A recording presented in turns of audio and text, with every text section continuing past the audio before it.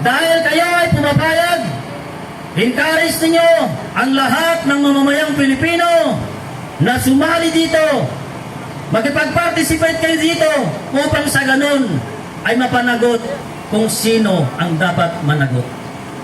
Wala tayong pakialam kung kababayan, Puso Norte, kahit sino man parte ng sulok ng Pilipinas, ang mga yan, maging kamag-anak man yan, kung sila ay nagkasala sa batas, dapat sundin ang batas.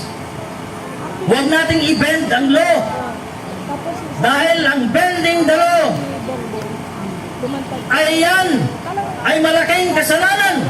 Dapat nga itong nababaluktot ng batas natin na ito, ay dapat yan kinukulong na. Eh bakit hanggang ngayon hindi nakukulong?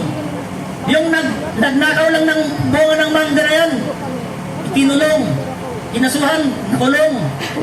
Pero yung nagnakaw dyan ng bilyon, trilyon, ay dyan malaya silang naglalakad dyan, kumakain sa mamahaling restaurant, nakakapangibang bansa, para sa ganun mag-happy-happy gamit pa ang pera ng taong bayan.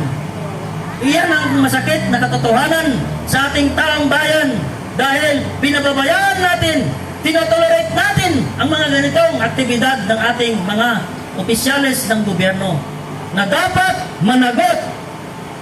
Pero sa halip na managot ang mga ito, tuwang-tuwa tayo dahil ang mga ninakaw nila ay pinamumudmud nila sa atin sa pamamagitan ng paggamit ng mga indirect vote buying.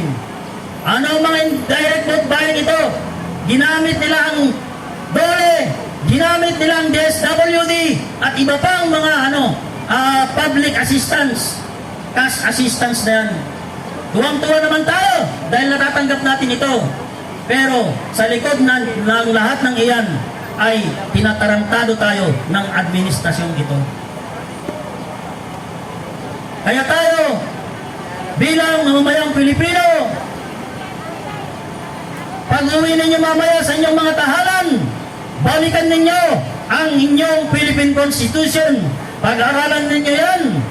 Nang sa ganon ay malaman ninyo kung ano ang karapatan ninyo bilang mamamayang Pilipino.